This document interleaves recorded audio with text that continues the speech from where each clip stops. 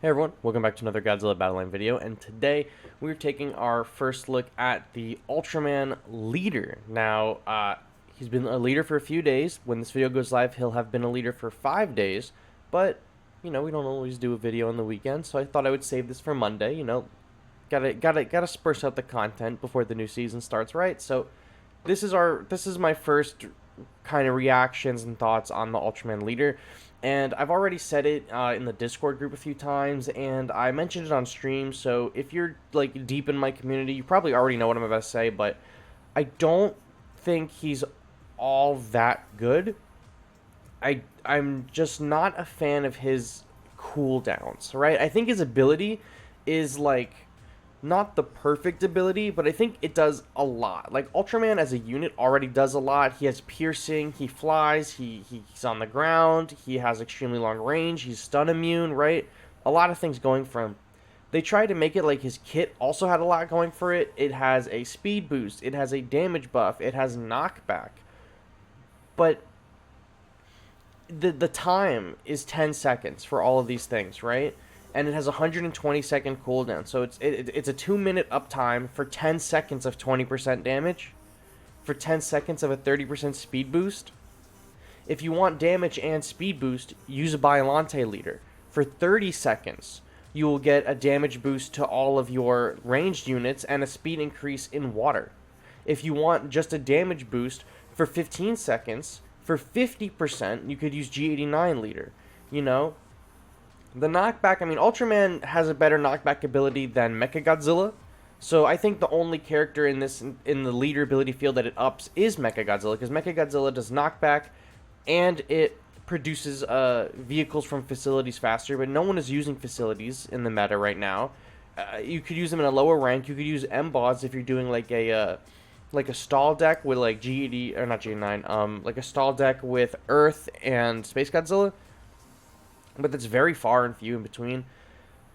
You're mainly using this ability for the damage boost and the speed boost, but there are other characters that do this better. Ultraman is good at a lot of things, but he isn't great at one thing, and when you have a leader, you don't really want someone who can do everything just okay. You want someone who can do one thing extremely well. That's why G89 sees so much play, right? Because he has an amazing damage boost. That's why King Ghidorah sees a lot of play, because he's got a really good energy recharge, right? The uptimes are good. Listen, the 4 cost to use this with 120-second uptime, that's fine. That's like somewhere in the average amount of uptime to cost value that we have. But for 10 seconds for those two things, I would rather have a little bit more. Or if we compare to G89 ability, for 2 less energy, G89 is a 2 cost ability for 15 seconds of 50% damage. And here, if we're just comparing damage, 4 cost for 20% damage for 10 seconds. Like, listen, if you want to use Ultraman as your leader, that's fine. I just wanted to get this, talk about the ability out of the way. Now, as far as in terms of attacking, he does have good range, but he doesn't have Ultraman unit range.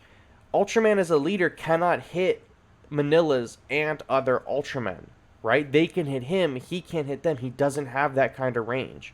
However, if there is a unit in between them and Ultraman, then his piercing, which is still active, still applies, will hit them. So if you have like Ultraman, like enemy Ultraman, and then Naranga, and then your leader Ultraman, and your leader Ultraman can hit Naranga, that pierce will then also hit the enemy Ultraman. But if there's not like a catalyst for it to chain in the middle, it's not gonna go off. So if you're using Ultraman leader, Super X, Ultima, Manila, Ultraman, gonna be probably your number 1 enemies, right? They're gonna be completely out of your range. Aside from that, his attack is pretty decent. It has piercing. He just doesn't have the range that Ultraman unit does.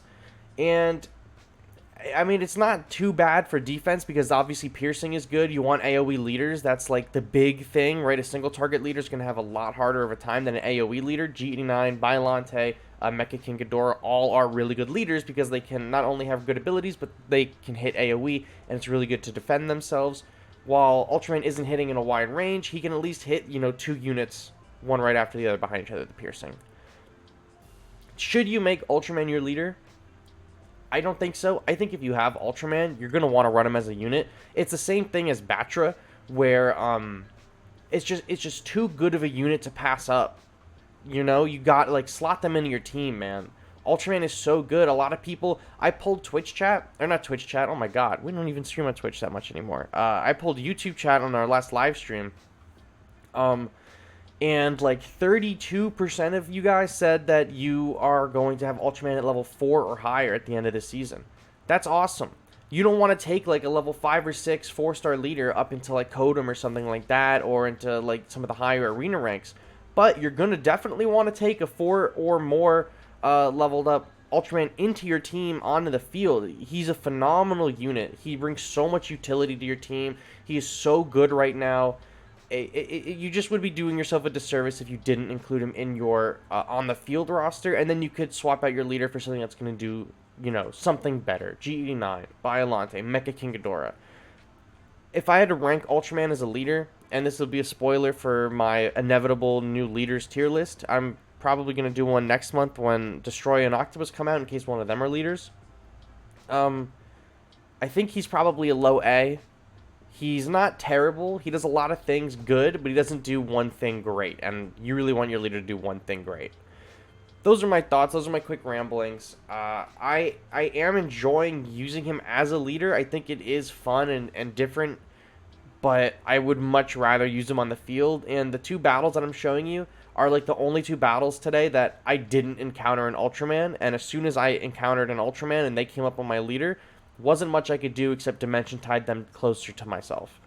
Keep that in mind. Dimension Tide is going to be your best friend as an Ultraman leader and as an Ultraman user in general. Those are my thoughts. That's my ramble. Let me know what you guys think of the Ultraman leader. Are you enjoying him? Are you going for that profile icon for the 500 wins? Let me know down below. I will catch you all on the next one. Bye-bye.